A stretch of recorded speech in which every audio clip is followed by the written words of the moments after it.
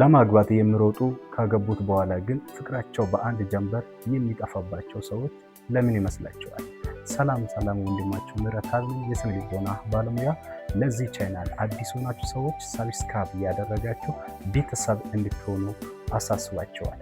ለምን ይመስላችኋል? አንድ ደቂቃ ስጥቻችኋል።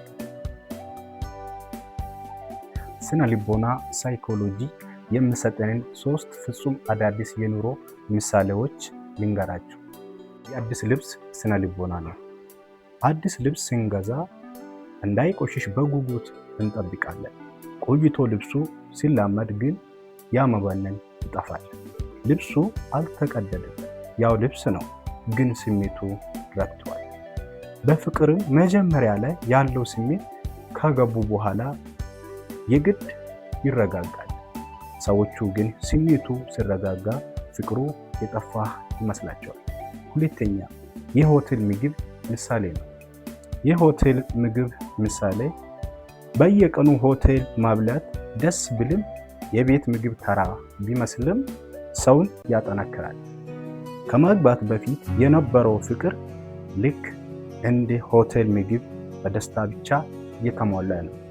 ትዳር ግን የቤት ምግብ ነው። ኃላፊነትና የዕለት ተዕለት ኑሮ አለበት። የሆቴሉን ቅዘት በትዳር ውስጥ የፈለጉ ሰዎች ህይወቱ ሲቀየር ፍቅሩ የጠፋ ይመስላቸዋል።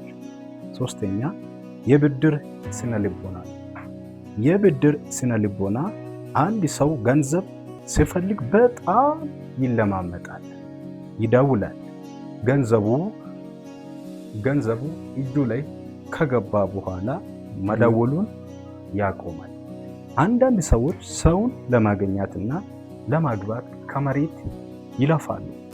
አንዴ አግብቶ የኔ ያደረግ ካሉ በኋላ ግን ያንን ድካምና እንክብካቤ ሙሉ በሙሉ ያቆማሉ። ለማግባት የሚቸኩሉ ሰዎች ምን አይነት ሰዎች ይመስላችኋል?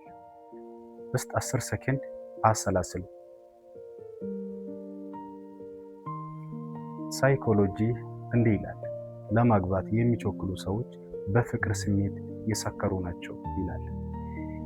ዘላቂ ትዳር ግን ስሜቱ ሲያልቅ በትዕግስትና በቁርጠኝነት የሚቀጥል የጎልማሳ ፍቅር ነው ይላል። እናንተስ በዚህ ሐሳብ ምን ኮሜንት ትሰጣላችሁ? እስቲ በኮሜንት እንወያይ። ቪዲዮውን ለሁሉ ሰው እንዲደርስ ሼር አድርጉ። አመሰግናችኋለሁ።